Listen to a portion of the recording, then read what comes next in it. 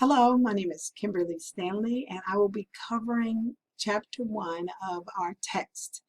It is covering the overview of web-based instruction, the learning environments, and communities. There are three ways that a web-based instruction is delivered. It's through the internet, intranet, and the web.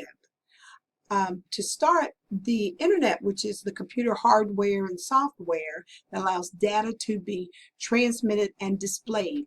The internet was invented by the Department of Defense, and all this time I thought it was Al Gore, but we all know that Al Gore was one of the visionaries who fostered its development when he was a member of Congress.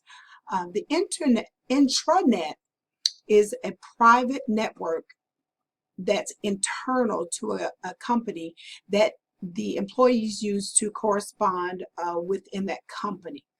Each of the universities may use that for the employees to communicate back and forth and take care of the university's business.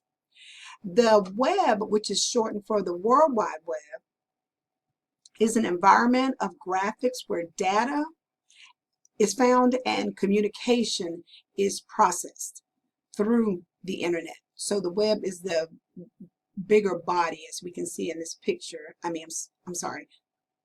It is a bigger body as we have in the picture of a web-based instruction.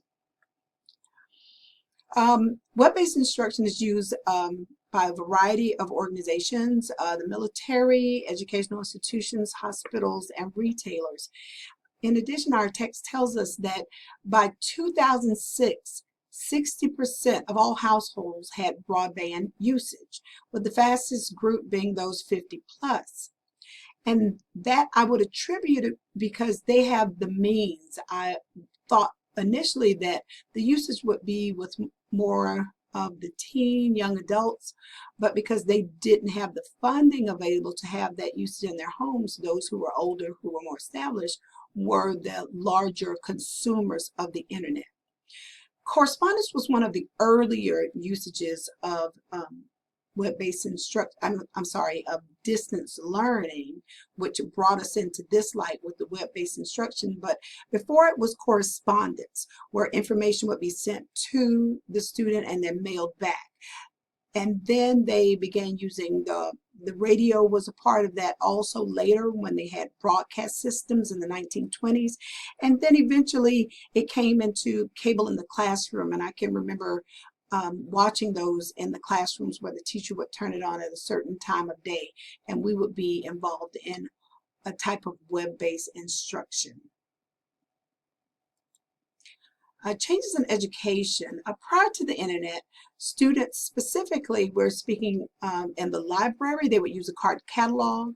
In the classroom, it would be more pen and paper. And also in-person classes, in-person study sessions, and close access to the professors. And at that point, grades were mailed to the home address or the address on record. Now, since the internet, we see that the library is at our fingertips. We have access via the electronic system. We now have digital notebooks. We also have online classes, and there are collaborative sessions when we meet with the students in our classes. We don't have to be in one location.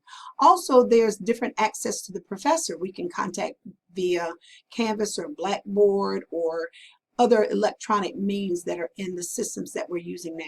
Also, grades are posted on the electronic systems now. There's no need for mailing. So now those things that were done in one set place can be done in a variety of ways.